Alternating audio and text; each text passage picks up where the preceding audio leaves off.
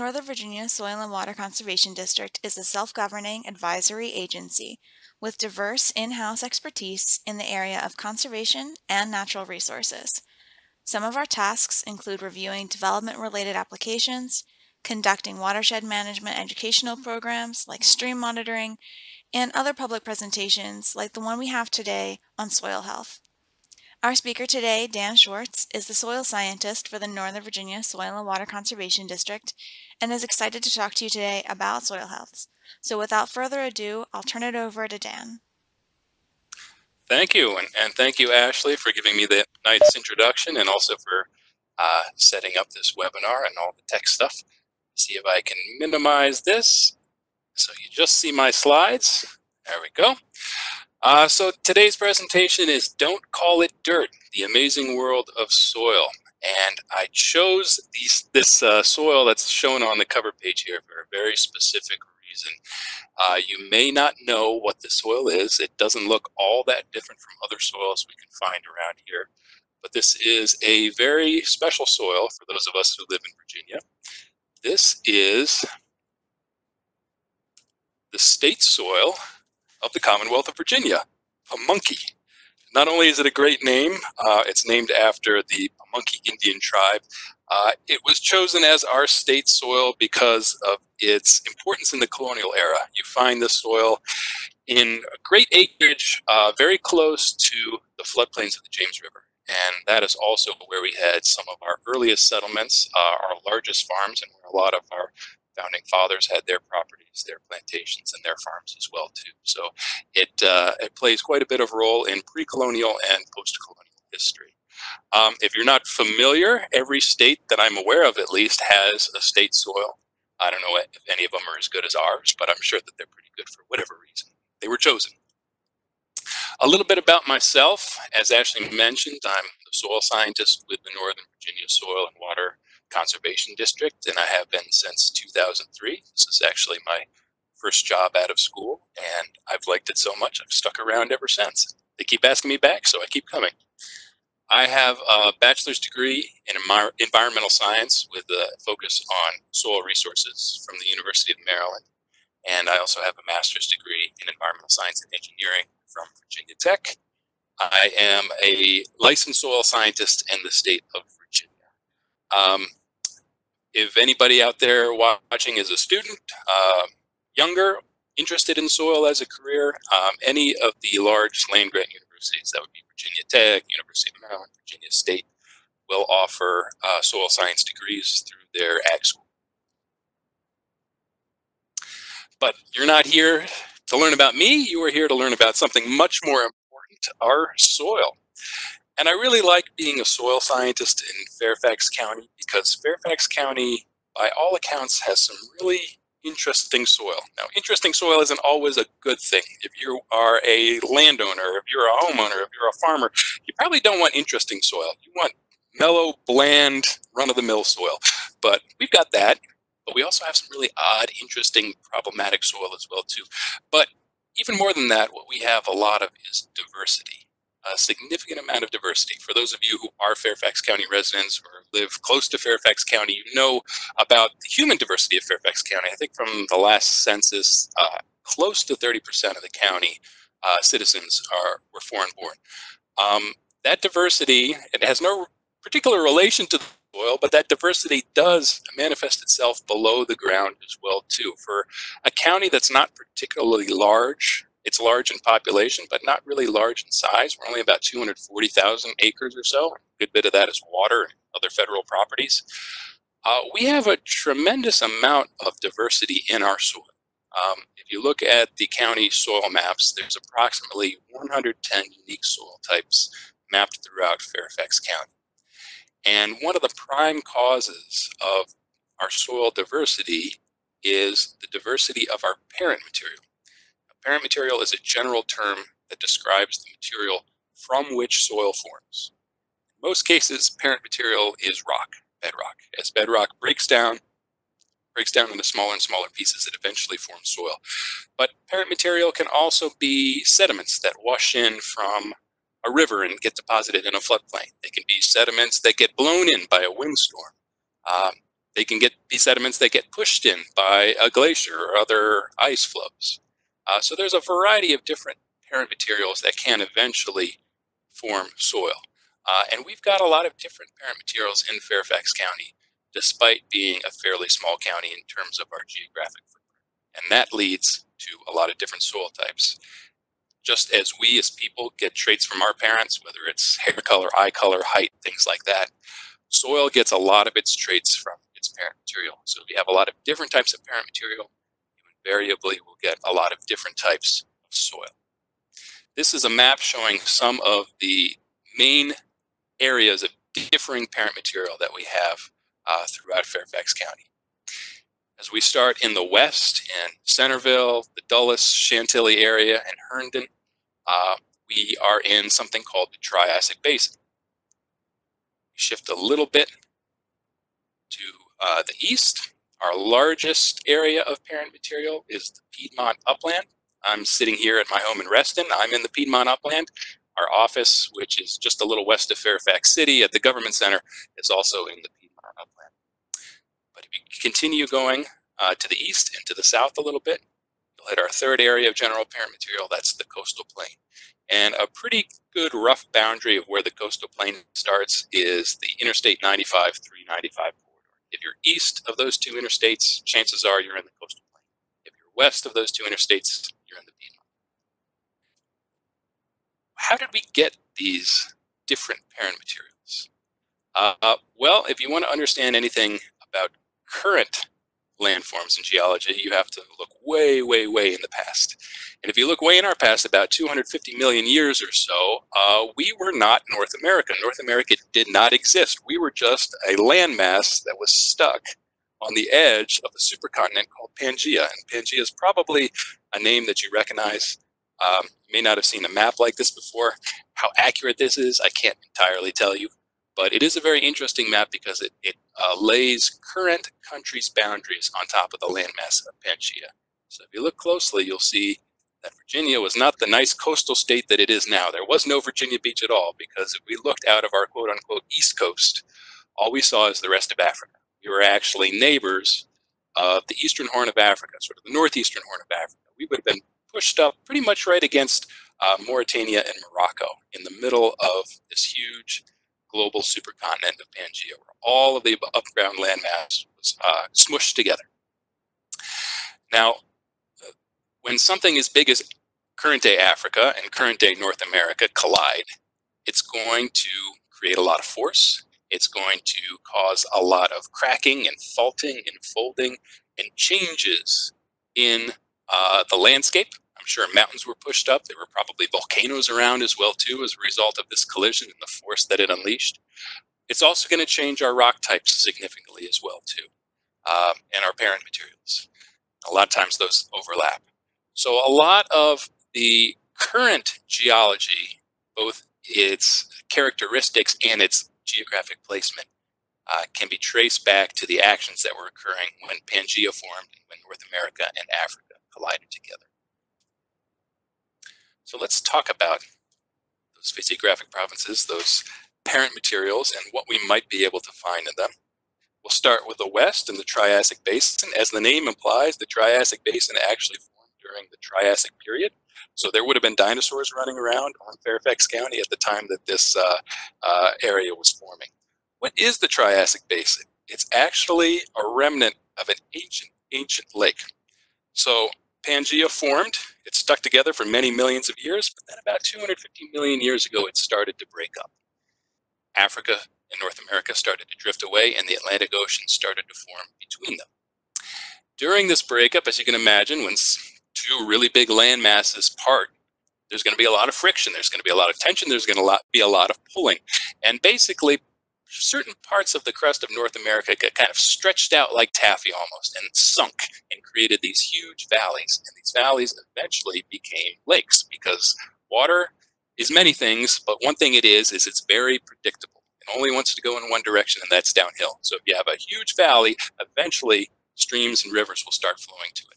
So the Triassic Basin is actually the remnant of a huge valley that eventually became a huge lake, and over the hundreds of millions of years between when it formed and now, it silted in. All the rivers and streams that were flowing to it were sediment, especially a lot of fine silts and very small sands.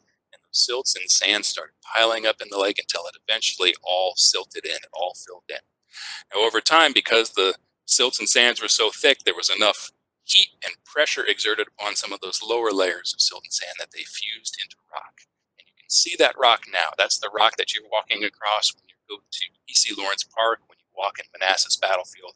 You're walking across fused siltstones, sandstones, and shale, sedimentary rock that formed as these ancient lakes began to fill up. This is a picture of a road widening. You can often see the best scenes of geology when there's construction going on because they're digging down into the rock. If you happen to travel on Interstate 66 anywhere in the Centerville area, the Manassas area, you're going to see tons of this rock being unearthed because of the 66 widening project. The rock around here is kind of a reddish, pinkish hue, and it's generally pretty shallow. You only have to dig down about 3 or 4 feet in order to hit rock on average in the Triassic Basin. And that's why they're pulling out tons and tons and tons of the stuff during the 66 widening project. So if you travel through 66, you're going to see mountains of this rock piling up on the sides in big spoil piles. But again, the Triassic Basin, an interesting remnant of about a 200-million-year-old lake. Very unusual thing. And if you look at certain rocks, you actually can see dinosaur footprints in them. As the dinosaurs were running across these old lake beds and silt plains, they left their footprints, and you can still see those fossils in some spots. There's that picture enlarged. So the area on the left, that kind of lighter pinkish area, you see the woman with the blue jacket walking over, that is the Triassic Basin sandstones and siltstones popping up to the surface there. Moving a little bit to the east into our Piedmont upland, where I assume quite a few of us are sitting right now, you get a very different type of rock. This area is full of schists, gneisses, one of my favorite rock names, metagraywackies. This is mostly an area of metamorphic rock. Now, these rocks predate Pangea. They're older than Pangea. They originally go back probably about 450 to 500 million years.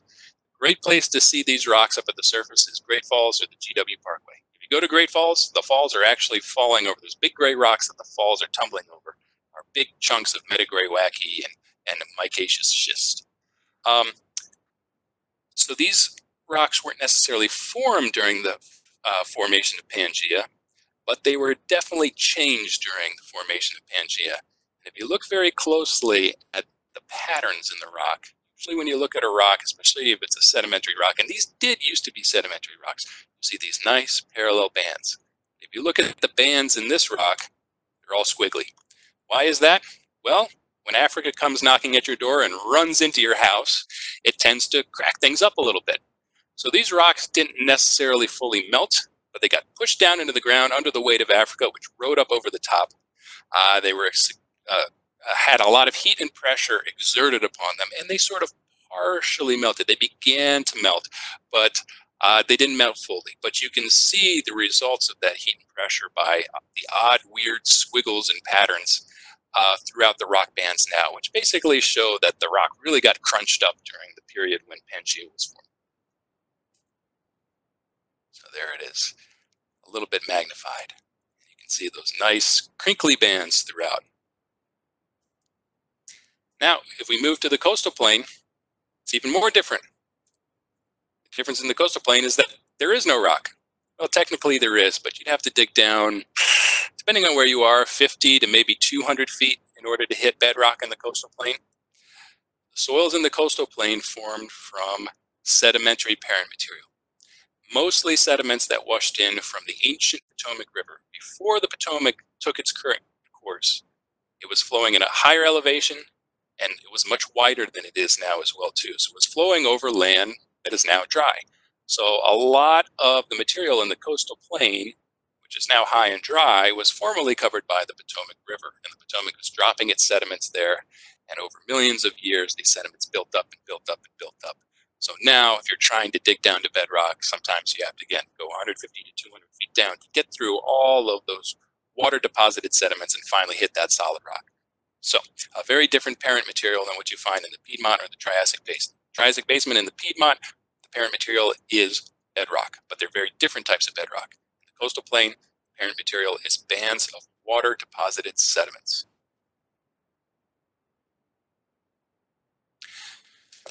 Now, we also have a lot of diversity in our soils because we've seen a lot of change over time.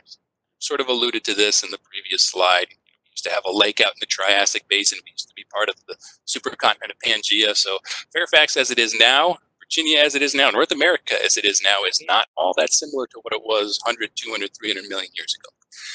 But there's some really interesting, more recent changes that have happened in Fairfax. So even if you go back only, and put only in air quotes, 5 or 20 million years ago, things would have looked very different back then as well too.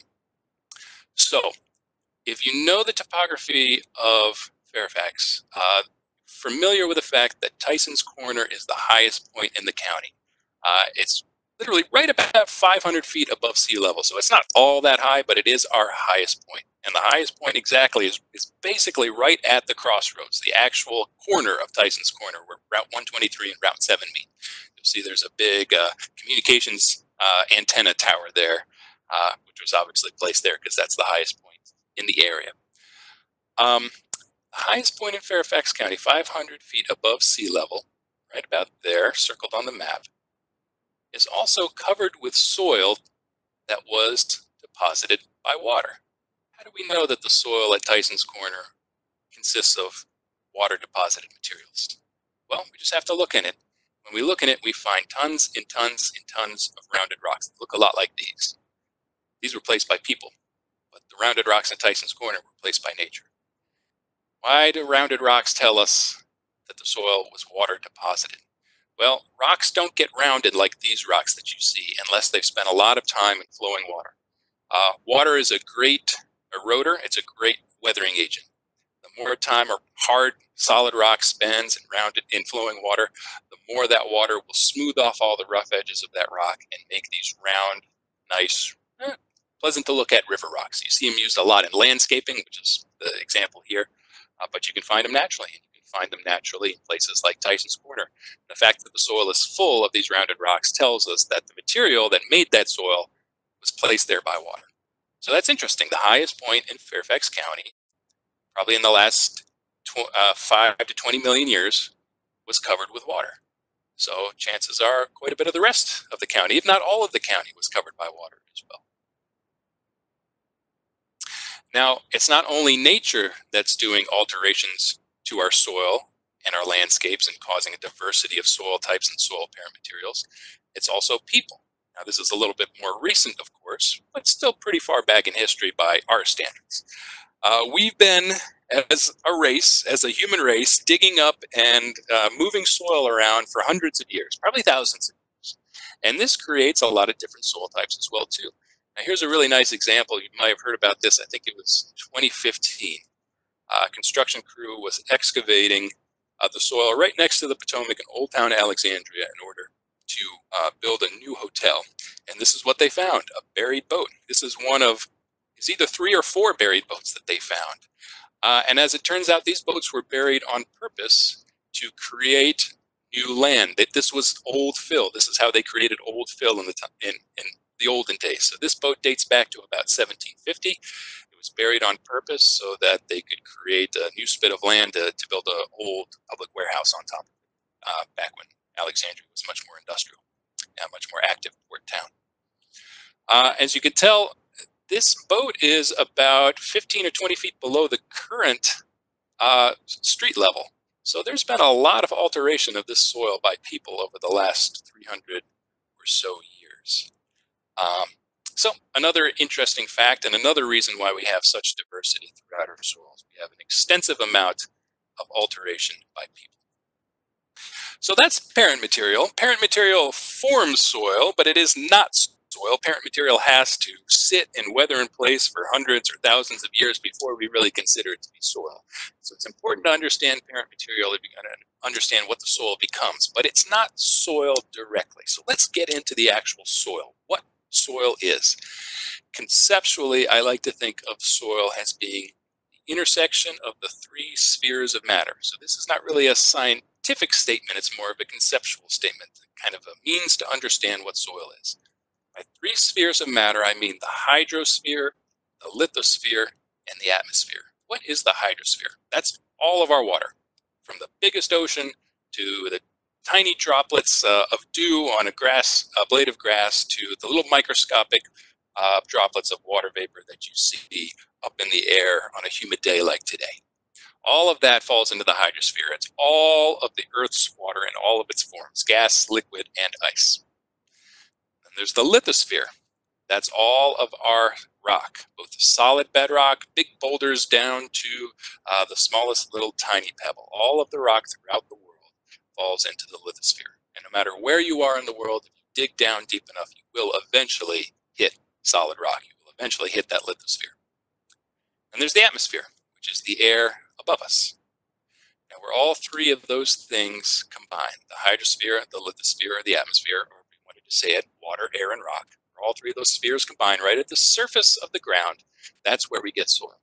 So a lot of people think of soil as a solid, but that's really only part of the story. You have to remember that water and air are integral parts of soil as well, too, an integral part of the soil recipe. And if you look at a pie chart of what healthy soil is, you'll see that pretty clearly. Healthy soil consists of about 1/4 air, 1/4 of the volume of soil is air, about 1/4 of the volume of soil is water, and the remaining half is solids. And we can divide those solids into mineral solids, which is about 45% of the soil, and then there's organic solids, which is about 5%, 1/20th of the soil.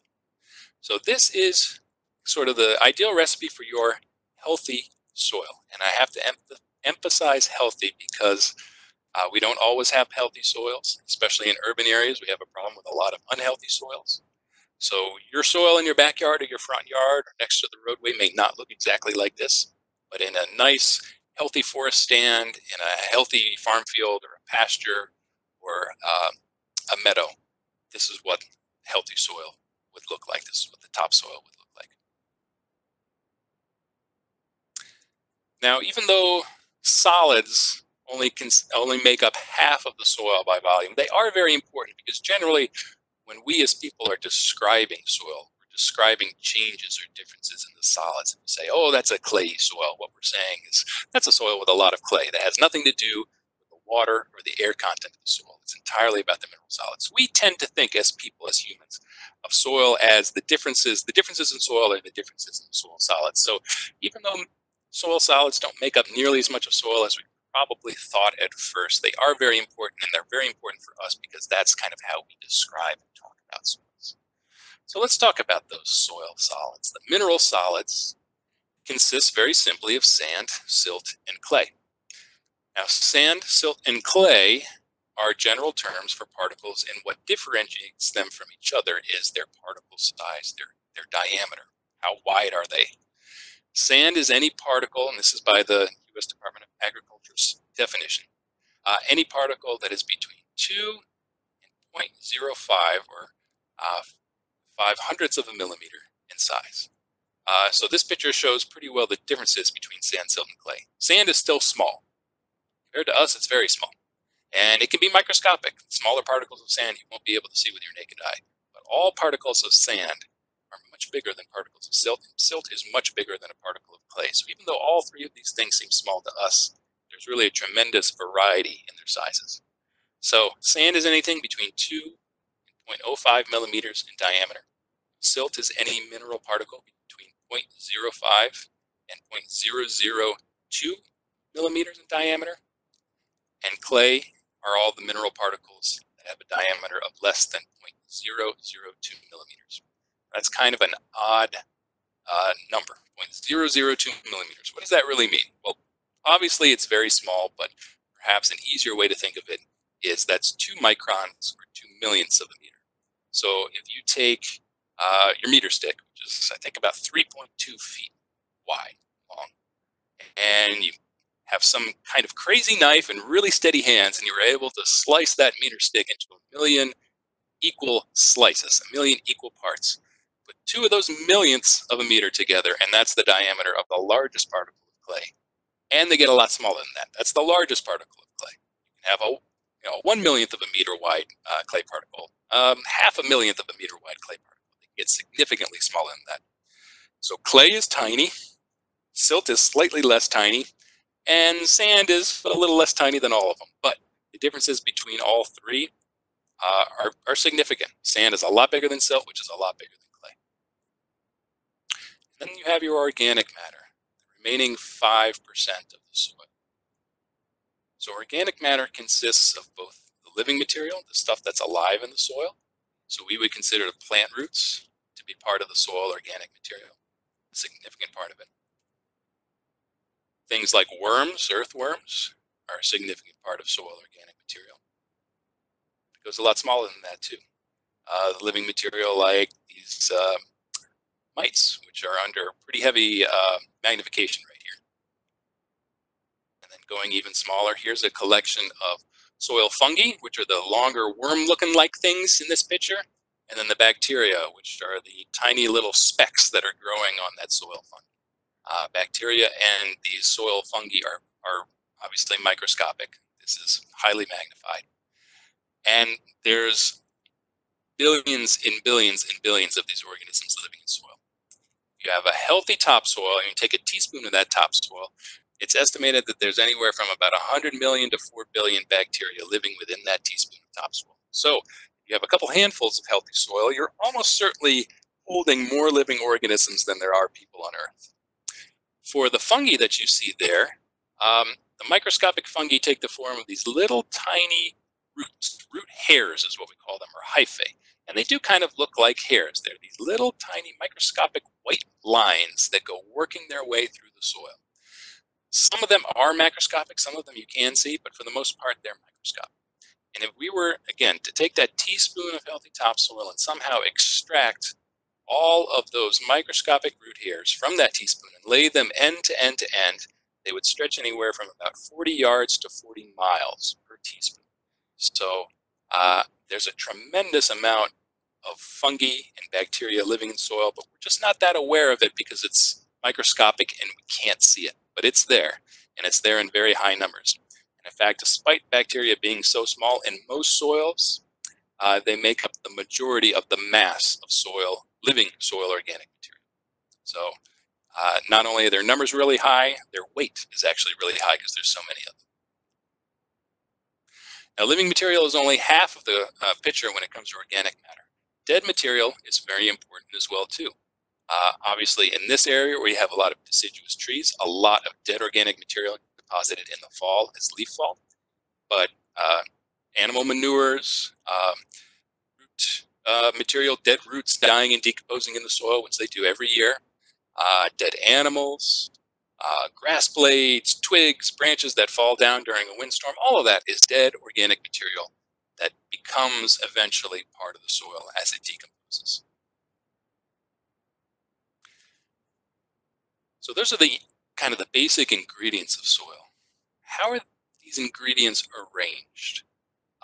Well, as soil sits and weathers in place over hundreds and thousands of years, it starts to form unique layers, and we call each of these layers a soil horizon. Now, up at the top, the surface, we have the O horizon. O stands for organic. It's the loose organic litter right at the surface of the soil. So if you go out, the easiest place to see this is in the forest. You've got all of that leaf fall sitting on the ground. And the O layer, the O horizon, is not so much those fresh leaves on top. You peel aside that one or two layer of fresh leaves from the last autumn. You'll see below that is sort of a moist layer of partially decomposing leaves. It looks like the regular leaves, they've just been shredded up into smaller sizes. That's the beginning of the O horizon. That partially decomposed organic material that's just sitting there loose at the soil surface. Below our O horizon, as we go underground for the first time, our first subsurface layer is the A horizon. This is what people commonly call the topsoil. It's usually very dark, maybe a brown or a black color, because it's very rich in organic matter, specifically soil humus. Humus is highly decomposed soil organic matter. So as those leaves and animals and manure from the O horizon start to decompose and break down, they eventually turn into soil humus, which gets into the topsoil, into the A horizon, and stains it this very nice dark black color. Basically, soil humus is what you're trying to create in your compost pile, highly decomposed organic material. The A horizon around here generally is only about 2 or 4 inches thick on average. It's not very big. And that's not a bad thing. That's just what we have in our natural soils. It's the kind of climate and organisms we have create that kind of soil. But despite its thinness, it is the biological powerhouse of the soil. This is where you'll find the most fungi, the most bacteria, mites, springtails, earthworms, and fine roots. They're all up here because they're all after that organic material, which is their food source. Now, below the A horizon, we can sometimes, not always, but sometimes find an E horizon. I like to think of E as standing for exit. It's the layer that everything is washed out of. It's been leached. I think of it as the stone-washed gene layer or acid-washed gene layer of the soil. Think if you put a nice new t-shirt with bright colors into your washer and put it on at high spin on the highest temperature, what happens? A lot of that color bleeds out. And that's sort of what happened to the E horizon.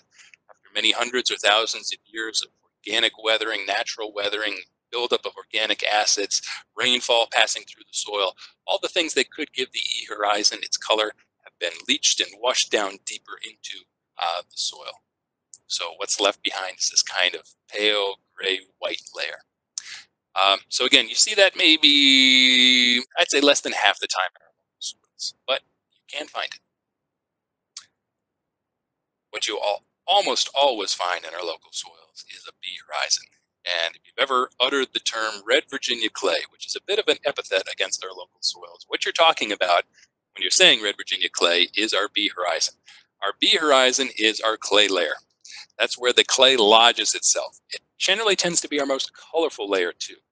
Our clays around here are associated with a lot of iron oxide, and the iron oxide gives the clay usually a red, yellow, or orange color, almost brick-like in appearance in many ways.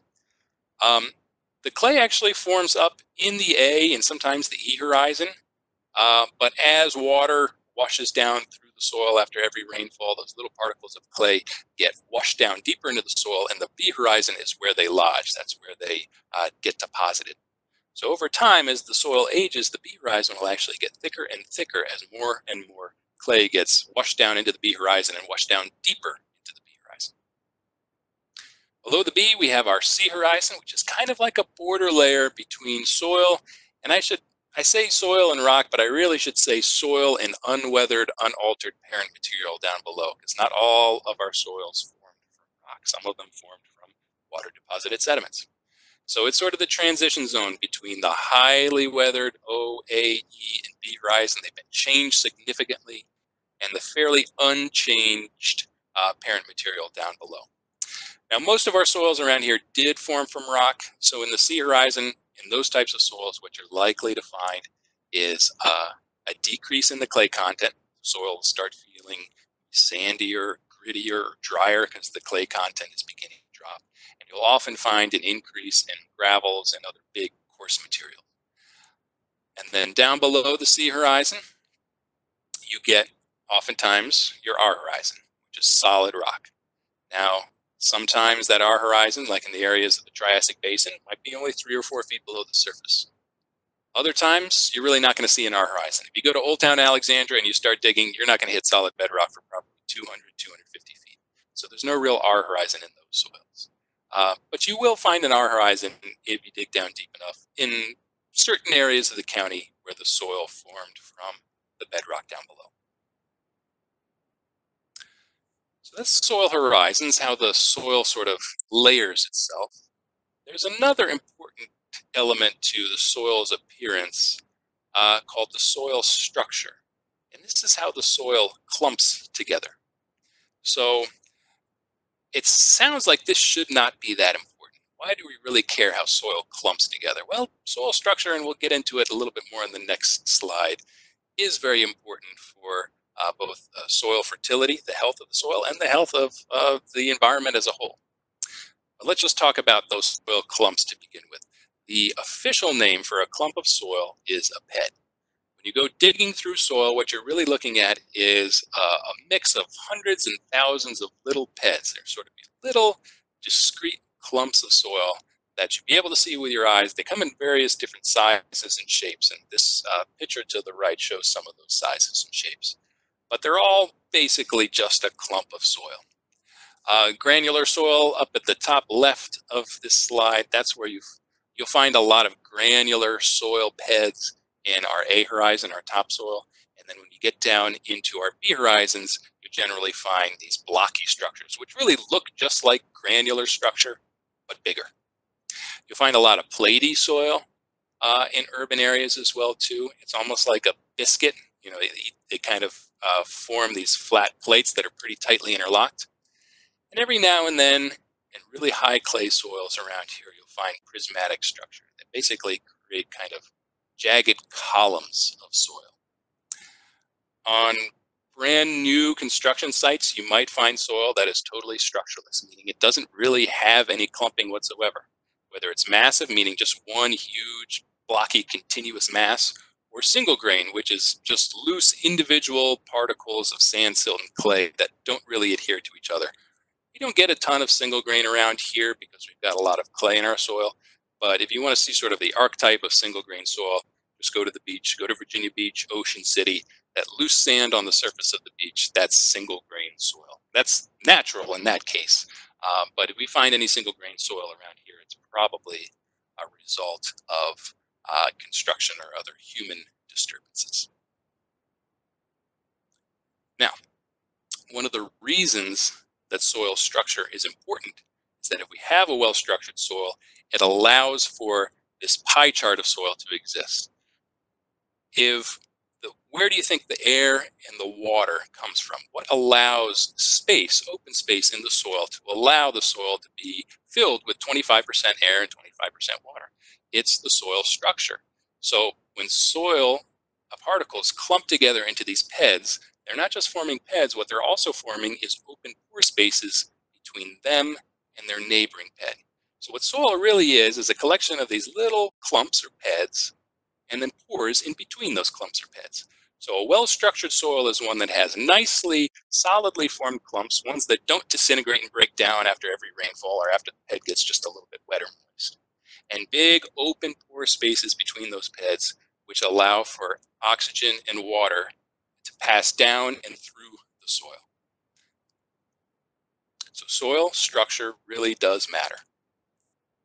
This is sort of a very simplified version of what a well-structured soil, what good soil structure will do. So you have these nice loose beds. They're firmly cemented together, but they're not attached firmly to their neighbors. There's nice big open pore spaces that separate them from the beds around them. So when we have a rain, which we might get this afternoon, that rainfall comes out of the sky, hits the ground, and most of it quickly dissipates and soaks down into the ground because it's got all of these open pores and channels through which to travel and get down into the soil and into the rooting zone. Now contrast this for something like, let's say, platy structure. I'd say that first picture I showed was what you would find in a well-structured granular or blocky soil. Now if you have platy structure, what happens when that same rainstorm hits? Well, the same volume of water hits the surface, but platy structure is very tight. It's not good. It is structure, but the pores in between the plates aren't very large. The plates are pretty firmly pressed up against one another. It's generally a denser soil without as many open channels or pores. So when it rains, a lot of that water pools on the surface, and a small fraction of it, compared to good structure, gets down into the soil itself. Now I think I saw that there were a couple questions that came in. Ashley, would this be a good time to answer a few? Sure. We just got one question so far, but we may have a couple more come in. Ian wants to know, what is the thickest soil? The thickest soil? Well, it's hard to say. There is a surprisingly bad definition for where soil ends. So when I first started studying soil, I figured that soil existed until you hit bedrock. If it was loose and you could dig it with a shovel, that must be soil. Well, I found out later that that's not really the definition that's used. Generally speaking, soil has to change in place. People consider the active soil to be the A through the B horizons and not so much that seed layer. And if we go by that definition, our soils around here, a thick soil around here is probably about 6 or 7. If we don't go by that definition, if we say that the soil is all of the loose stuff that you can dig with a shovel until you hit solid rock, I'd say in the Piedmont area, our really deep soils are about 40, 45 feet thick. In the coastal plain, our really deep soils will be about 250 feet thick. And in the Triassic Basin, a deep soil will probably only be about 8 or 10 feet deep. So it depends on where you are, and it depends greatly on where you are, because there's some really big differences from one spot to another, even areas that are separated by only a quarter or a half mile. Good question, though. Okay. The only question so far? Yep, that's the only one we have so far, but keep checking in. We'll see if we get more. Sounds good. All right, so back to the presentation and a little bit more about the role that soil plays, specifically the well-structured soil, and how it interacts with the water cycle. So we do want water getting down into the soil, and generally we want as much water as possible to get down into the soil, because soil acts as a global sponge and a filter.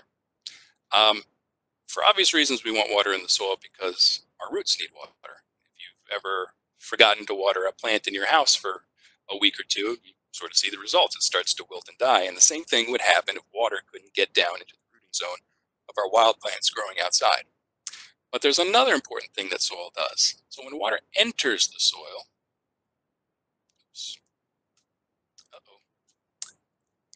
might have frozen up here. Supposed to have an animation.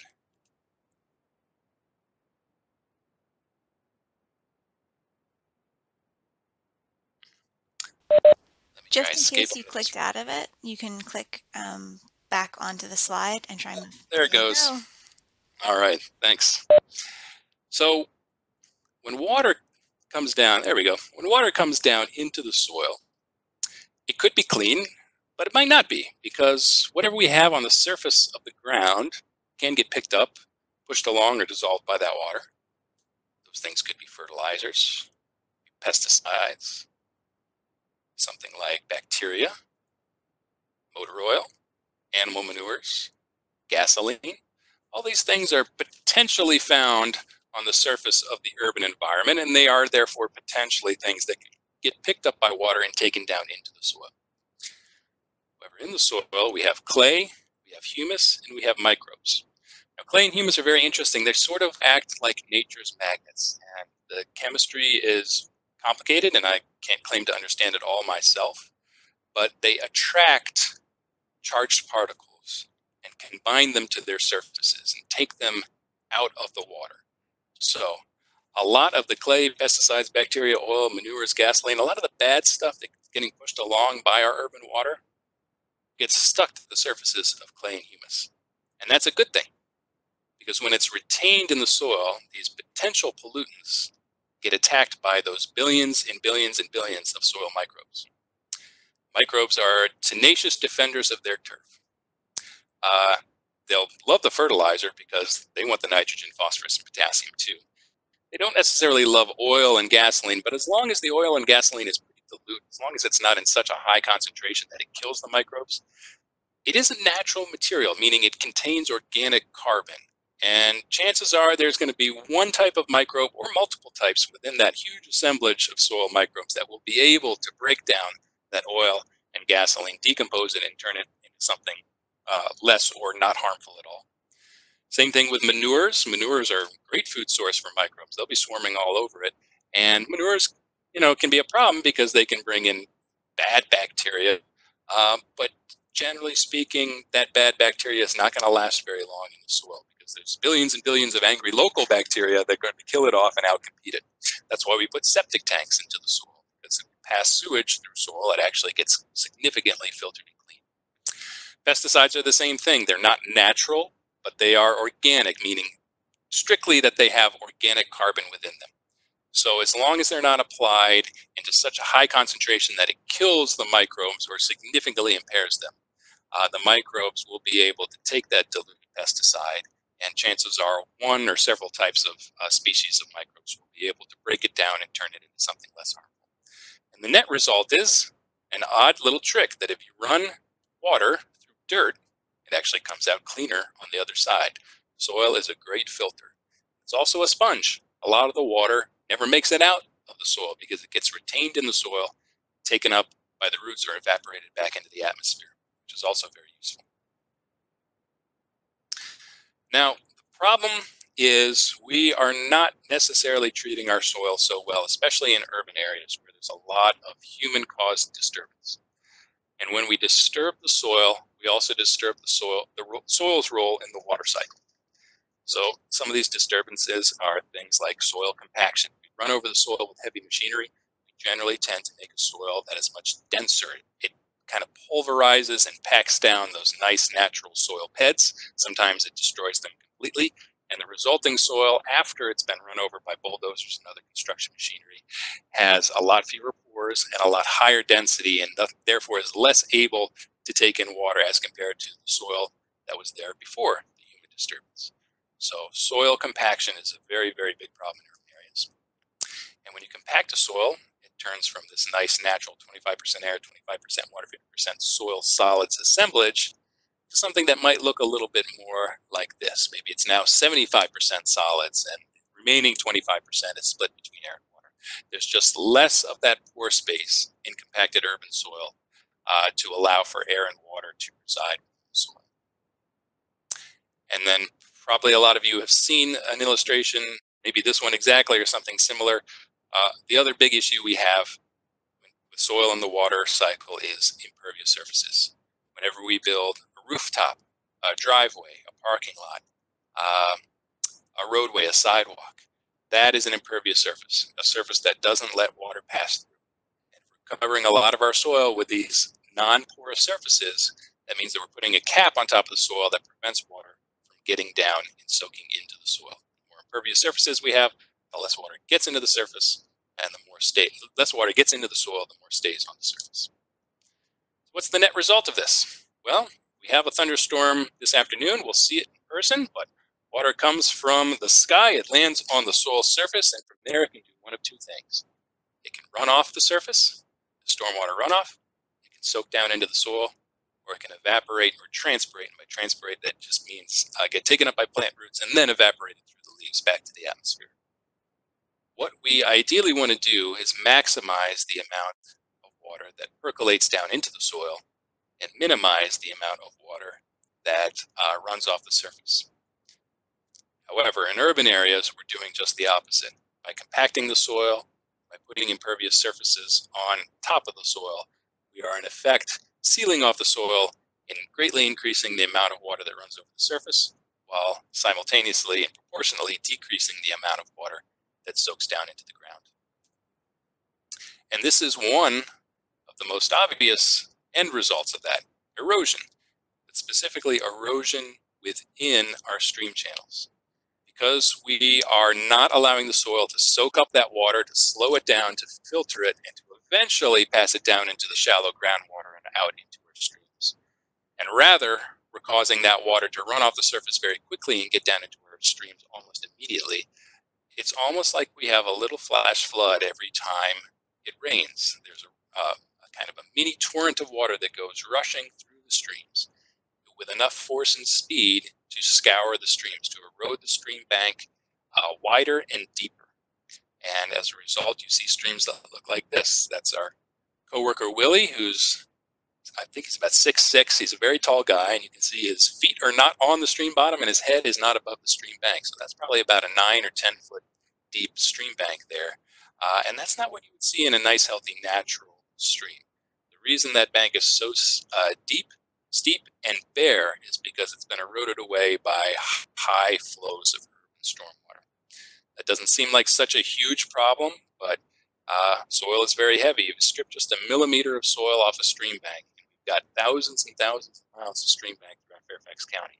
That's going to be millions of tons of sediment that eventually flow to the Potomac River and the Chesapeake Bay. And sediment, of course, is one of our largest water pollutants in this area. But soil doesn't play a role just in the water cycle. It plays a very important role in the nutrient and carbon cycles. And I really put those two cycles together because in many ways they are the same. So I mentioned the importance of dead organic material. Dead organic material is basically the medium through which organic material and nutrients cycles throughout our above and below ground food webs. So in the fall, as the trees begin to lose their leaves, as branches fall, as animals die, or as animals defecate on the surface of the soil, that is nutrient and carbon-rich organic material that is deposited on the top of the soil. And within that soil, there are billions and billions and billions of decomposers, fungi, bacteria, earthworms, arthropods, insects, and they see that as their food source. So they start munching at it, breaking it apart into littler pieces, decomposing it down into smaller and smaller pieces until eventually it turns into soil humus. This is extremely important because that dead organic material is chock full of good nutrients and the energy from organic carbon. But plants can't use it in its present form. It has to be decomposed. It has to be sort of digested or worked by those soil decomposers. Another common misconception about soil, well, about plants really, is that they take up soil through their roots. They don't. The only things that plant roots take up is water and oxygen from the soil. So if the plants need to access soil nutrients, which they do, those soil nutrients have to be dissolved in the water, in the soil water. And that's what the decomposers do. They process and digest that organic material. And during this process, a lot of the nutrient that was stored in those dead leaves, dead manure, dead animals, dead twigs and branches gets digested and turned into a form that can dissolve in water. It does dissolve in the water, and then as the plant goes to drink through its roots, it's taking up nutrient-rich water, which goes and helps it, the next growing cycle, put on new mass, new leaves, new shoots, new fruits, new vegetables. Now, the nutrient and carbon cycle are basically the same. As these nutrients are cycling around, a whole larger volume, mass of carbon is cycling around as well with them. Your average soil bacteria enjoys a diet food source that is about 1 part nitrogen to 24 parts carbon. So if it's seeking out 1 atom of nitrogen to feed itself, it's also incorporating 24 parts of carbon into its body at the same time. So there's a huge pool of carbon that cycles around with these nutrients. And if we look at soil globally, it's actually an extremely efficient storage medium, a sink of carbon. And where we find the highest concentrations of carbon are up in the northern areas, Scandinavia, northern Russia, northern Canada, and Alaska. That's just because it's very cold and things take a very long time to decompose there. But even in hot areas, you find a lot of carbon stored in the soil, which is both a blessing and a curse. With climate change, as soils warm up, especially in the northern areas, that might mean that some of that stored carbon begins to decompose and break down and become carbon dioxide. But it's also a blessing as well if we can manage our soil right. If we can treat it with a light touch, maybe till it a little bit less, maybe add a little bit more compost rather than fertilizer to get the nutrients the plants need, we can actually boost the organic carbon content of our soil. Even if we only boost it by 1 or 2%, worldwide, that's going to result in billions of tons of carbon being stored in the ground rather than decomposing into carbon dioxide and going up into the atmosphere. So that's both good for the atmosphere and it's good for our soils as well too. And in order to maximize carbon and maximize the health of our soils, we kind of have to change our soil management. I use a lot of agricultural pictures in here, but there's no reason that these recommendations for management can't be applied to the average quarter-acre or less suburban lot.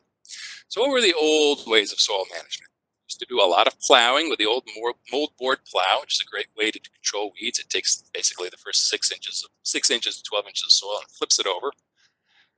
We would then spray it with pesticides to get rid of all the bad stuff that might be in there that could harm our crop, and then fertilize. Add fertilizer to make up for what the soil is lacking in nitrogen, phosphorus, potassium, and the like. Now that works in a certain respect, but it causes a lot of problems. When we plow, We kind of destroy the soil's structure. All those little delicate peds get pulverized. We take the topsoil and all the organic matter that was kind of safely protected in it below ground, and we flip it and expose it to the atmosphere where it can decompose easily into carbon dioxide.